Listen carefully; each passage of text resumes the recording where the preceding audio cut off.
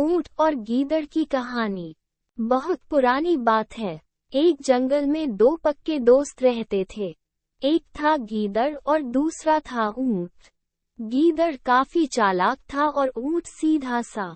ये दोनों दोस्त घंटों नदी के पास बैठकर अपना सुख दुख बांटते थे। दिन गुजरते गए और उनकी दोस्ती गहरी होती गई।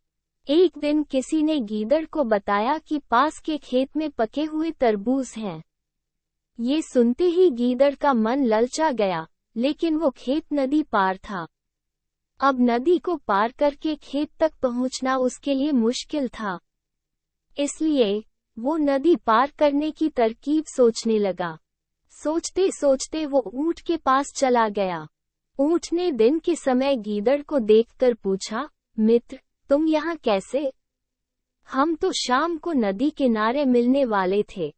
तब गीदड़ ने बड़ी ही चालाकी से कहा, देखो मित्र, पास के ही खेत में पके तरबूज हैं। मैंने सुना है तरबूज बहुत मीठे हैं। तुम उन्हें खाकर खुश हो जाओगे, इसलिए तुम्हें बताने चला आया। ऊंट को तरबूज काफी पसंद था। वो बोला, वाह, मैं अभी उस गांव में जाता हूँ। मैंने बहुत समय से तरबूज नहीं खाए हैं। ऊंट जल्दी जल्दी नदी पार करके खेत जाने की तैयारी करने लगा। तभी गीदड़ ने कहा, दोस्त, तरबूज मुझे भी अच्छे लगते हैं, लेकिन मुझे तैरना नहीं आता है। तुम तरबूज खा लोगे तो मुझे लगेगा कि मैंने भी खा लिए। तभी ऊंट बोला, तुम चिंता मत करो, मैं तुम्हें अपनी पीठ पर बैठाकर नदी पार करवाऊंगा। फिर साथ में मिलकर तरबूज खाएंगे। ऊंट ने जैसा कहा था वैसा ही किया। खेत में पहुंचकर गीदड़ ने मन भरकर तरबूज खाए और खुश हो गया। खुशी के मारे वो जोर जोर से आवाजें निकालने लगा। तभी ऊंट ने कहा, तुम शोर मत मचाओ, लेकिन वो माना नहीं।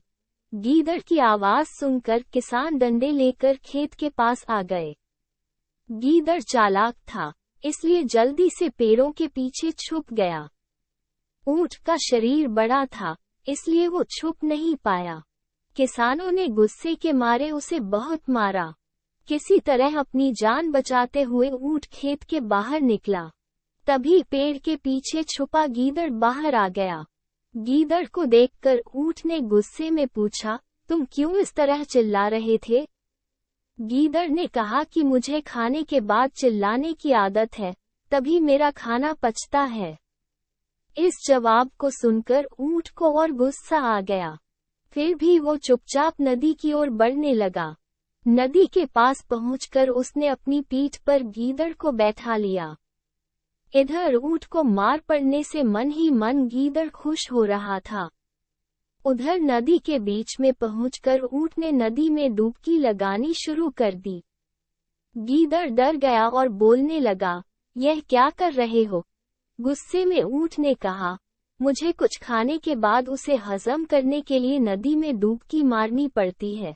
गीदड़ को समझ आ गया कि ऊंट उसके किए का बदला ले रहा है।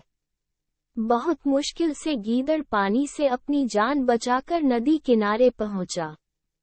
उस दिन के बाद से गीदड़ ने कभी भी ऊंट को परेशान करने की हिम्मत नहीं की।